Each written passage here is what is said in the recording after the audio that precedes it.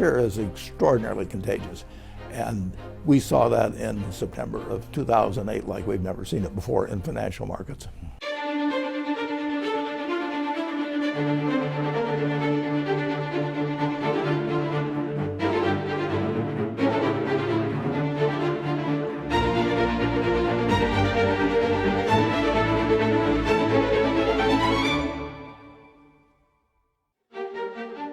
On Saturday, I had a long-standing commitment to go to Edmonton, and my wife and I went up with another couple, and we checked into our hotel room about 6 o'clock or so, and amazingly, I got a call. I didn't think anybody knew I was there. I said, I'm going to this performance with another couple. Send me a fax, describe exactly what you want, and tell me how much you will pay. So I came back from the performance, and no fax, and so I called the manager of the hotel. I said, there must be a fax someplace.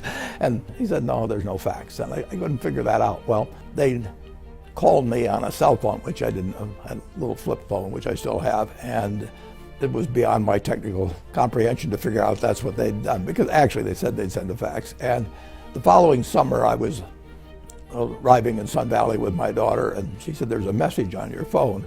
I said, I don't know how to bring it up, and so she brought it up for me. And of course, it was a message from that Saturday night saying, call us and do this or that. So it's a little bit late. So you don't think the message would have changed? No, I could not make a commitment like that.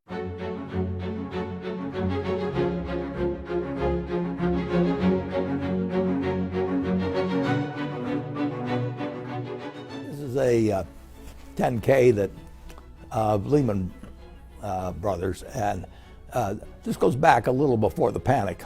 Lehman was looking for money at that time, and they approached Berkshire.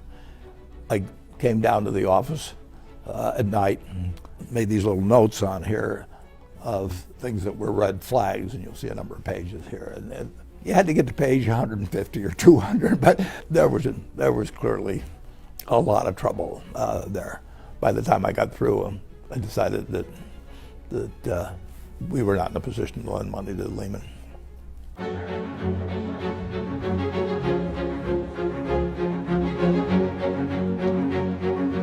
are you feeling? How do you think?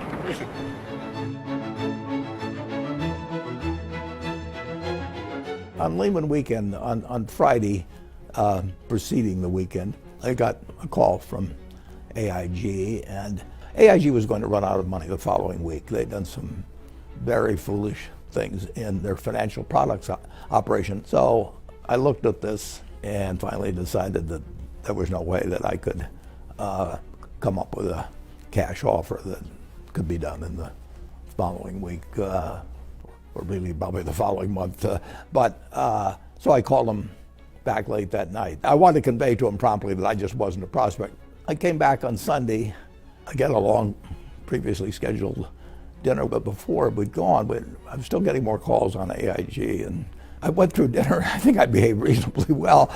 I was still wondering what was going on, obviously, with Aig in New York, but there was nothing to be done. Aig was just going to run out of money, big time, in the next day or two, and Lehman was going to go under unless something was happening that I didn't know about.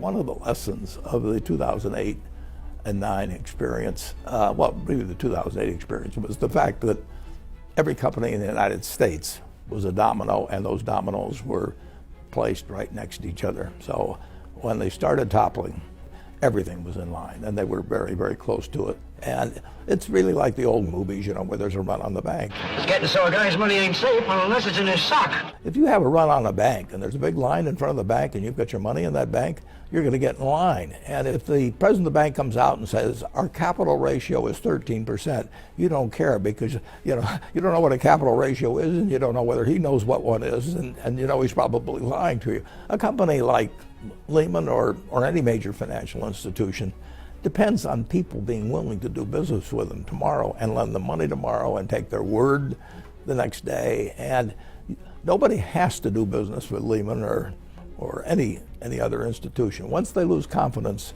it's all over.